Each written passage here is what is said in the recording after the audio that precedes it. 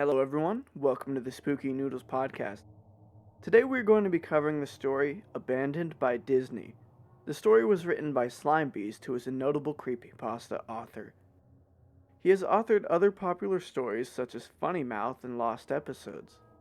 This tale is actually the first entry in a multi-part series. There are 3 other entries that expand on the ideas that the original explores. Currently, I don't have plans to cover the others, but if demand is high enough, I will definitely read them. This episode is going to be a longer one, so feel free to grab a snack and relax. But anyways, let's explore the theme park that was abandoned by Disney. Some of you may have heard that the Disney Corporation is responsible for at least one real-life ghost town. Disney built the Treasure Island Resort in Baker's Bay in the Bahamas. It didn't start as a ghost town. Disney's cruise ships would actually stop at the resort and leave tourists there to relax in luxury. This is a fact. Look it up. Disney blew $30 million on the place. Yes, $30 million. Then they abandoned it. Disney blamed the shallow waters, and there was even blame cast on the workers, saying that since they were from the Bahamas, they were too lazy to work on a regular schedule. That's where the factual nature of the story ends. It wasn't because of sand, and it obviously wasn't because foreigners are lazy. Both are convenient excuses. No, I sincerely doubt those reasons were legitimate.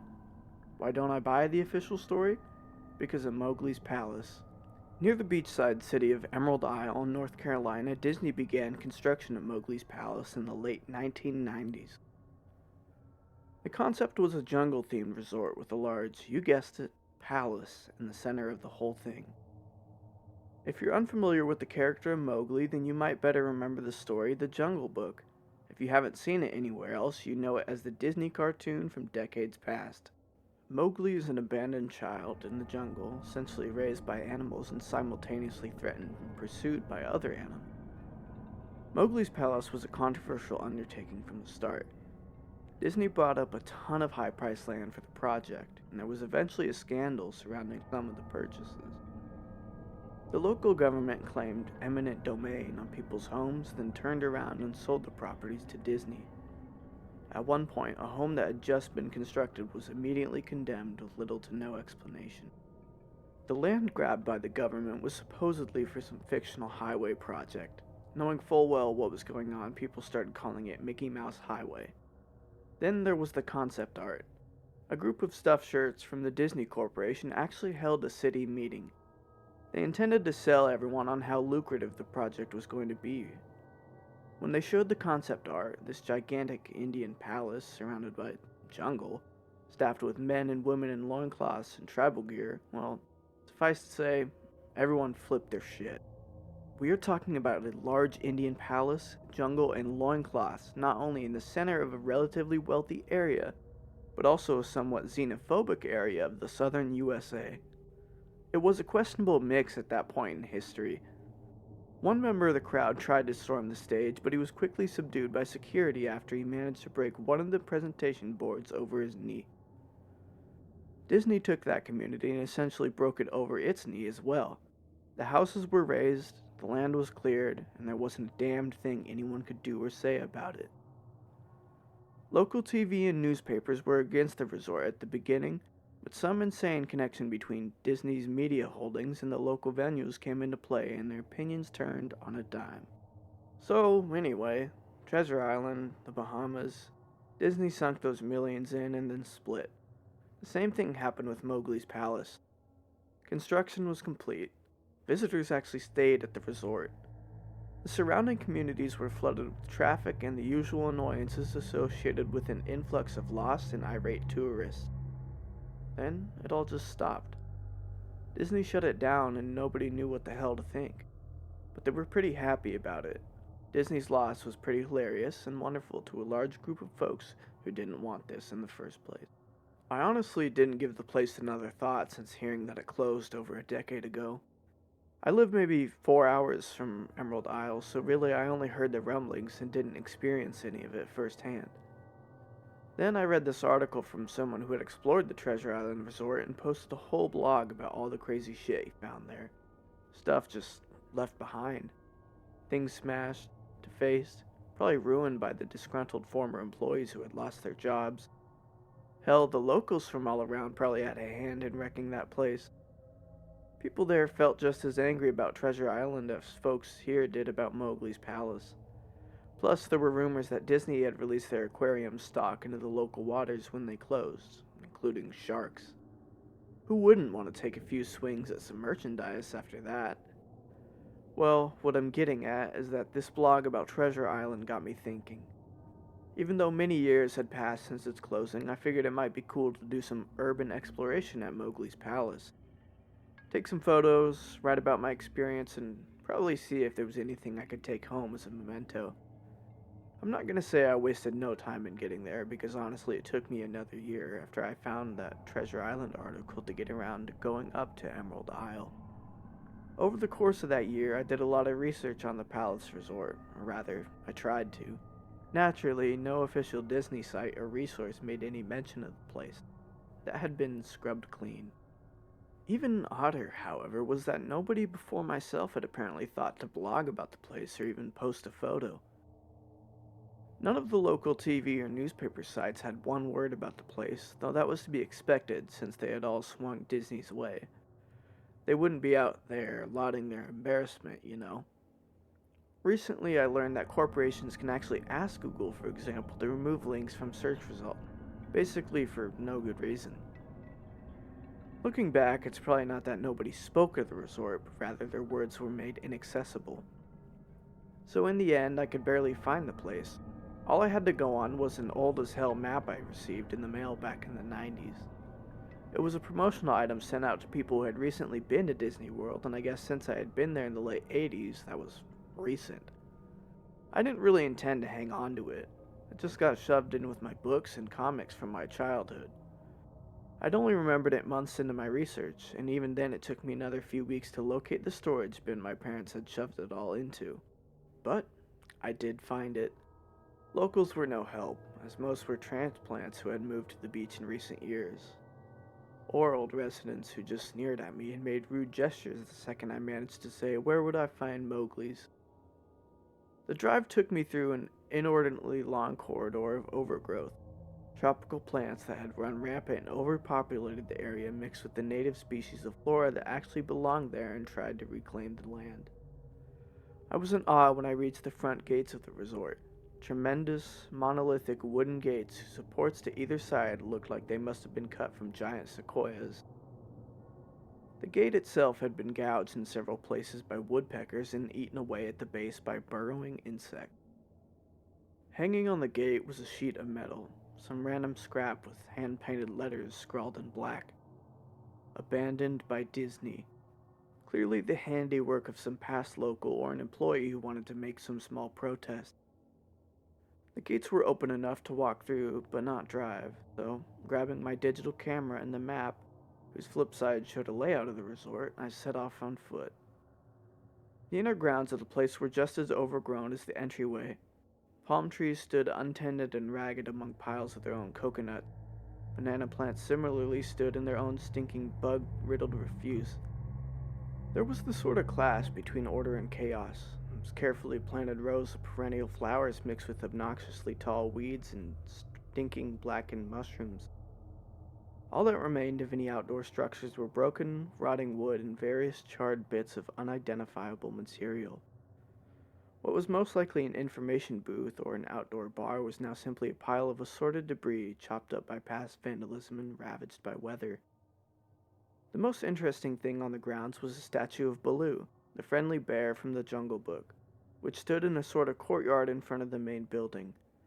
He was frozen in a jovial wave toward no one, staring into empty space with a silly, toothy grin, as bird shit covered whole swaths of his fur and vines ensnared his platform. I approached the main building, the palace, only to find the outside of the building covered in graffiti where the original paint hadn't peeled and chipped away. The front doors weren't just open, they had been taken off their hinges and were stolen. Above the front doors, or the gaping maw where they had been, someone had once again painted, "Abandoned by Disney."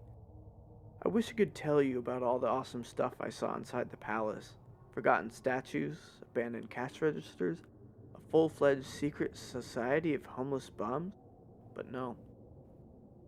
The inside of the building was so stark, so bare, that I actually think people had stolen the molding off the walls. Anything that was too big to steal, counters, desks, giant fake trees, they were all resting amid this empty echo chamber that amplified my every step like a slow rat-a-tat of a machine gun.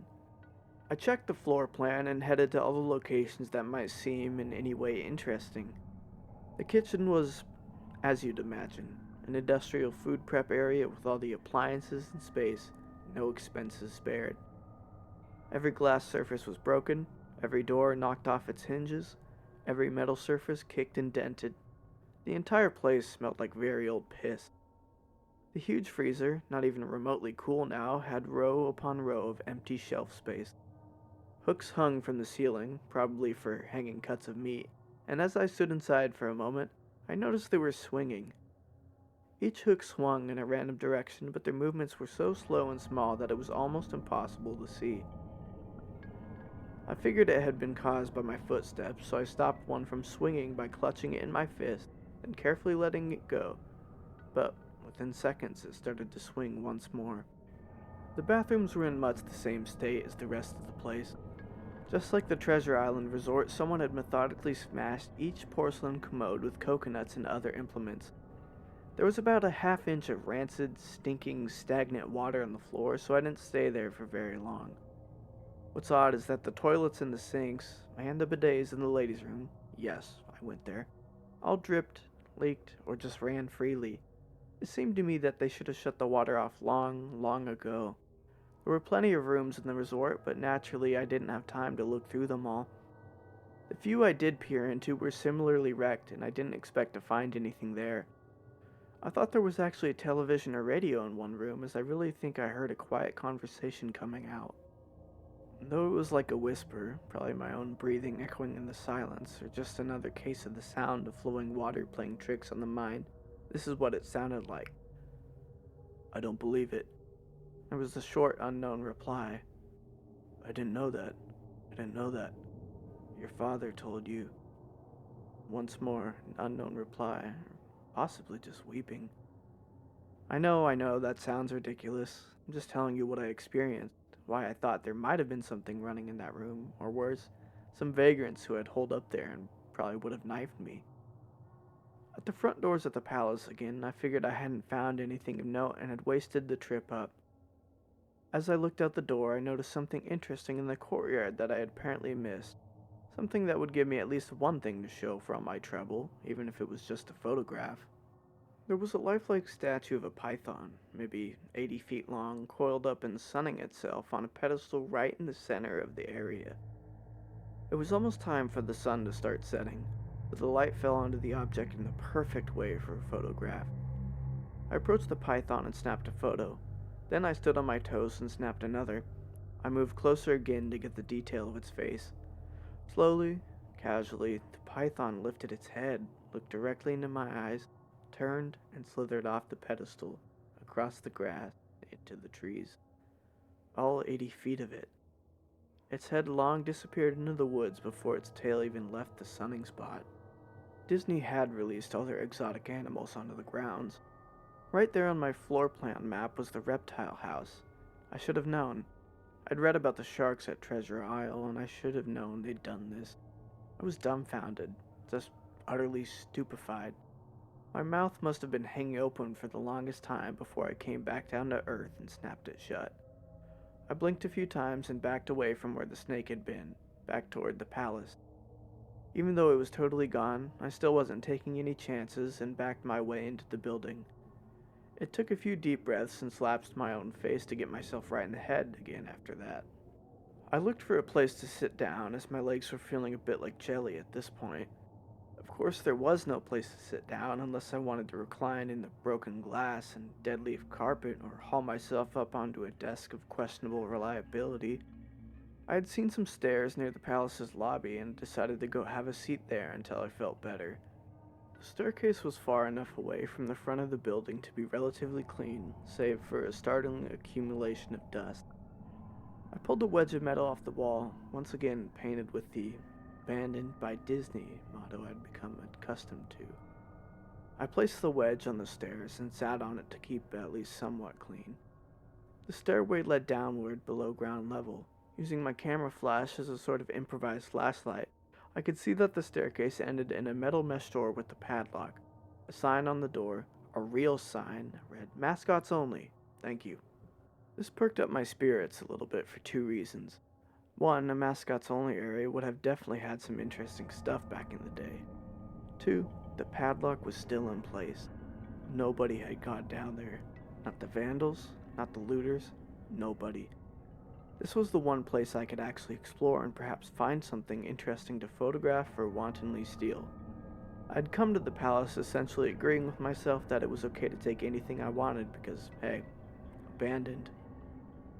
It didn't take much to bust the lock. Well, actually, that's wrong. It didn't take much to bust the metal plate on the wall that the padlock was hooked to. Time and decay had done most of the work for me, and I was able to bend the metal plate enough to pull the screws out of the wall, something nobody else had apparently thought of or hadn't been able to do at the time. The mascots only area was a startling and very welcome change from the rest of the building I'd seen.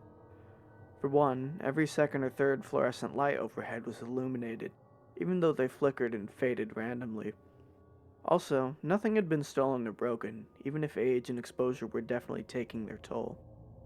Tables had notepads and pens. There were clocks, even a punch-in clock on the wall complete with filled-out time cards. Chairs were scattered around, and there was even a small break room with an old, static-filled television and long rotted-out food and drink on the counters. It was like one of those post-apocalypse movies where everything is left in this state of evacuation. As I walked the maze-like sub-basement hallways of the mascots-only area, the sights just became more and more interesting.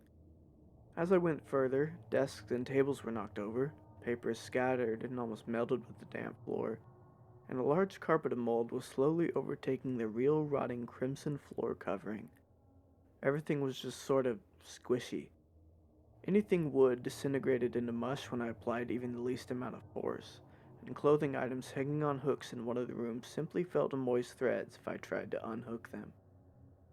One thing that annoyed me was that the light was becoming more sparse and unreliable as I went further into the dank, suffocating depths of the place. Eventually I reached a black and yellow striped door with the words Character Prep 1 stenciled on it. The door wouldn't open at first. I figured this was probably where the costumes were kept, and I definitely wanted a photograph of that twisted, stinking mess. Try as I might, whatever angle or trick I tried, the door wouldn't budge. That is until I gave up and started to walk away. That was when there was a slight popping sound and the door creaked open slowly. Inside, the room was completely dark, pitch black. I used the camera flash to look for a light switch in the wall by the door, but there was nothing. As I made my search, I was jarred out of my sense of excitement by a loud electrical buzz. Rows of lights overhead suddenly flashed to life, flickering and fading in and out like the rest I had passed. It took a second for my eyes to adjust, and it seemed like the light was going to just keep getting brighter until all the bulbs exploded. But just when I thought it would reach that critical stage, the lights dimmed a bit and steadied. The room was exactly as I had pictured it. Various Disney costumes hung on the walls, fully put together like strange cartoon cadavers hung from invisible nooses. There was an entire rack of loincloths and native clothes on hangers towards the back.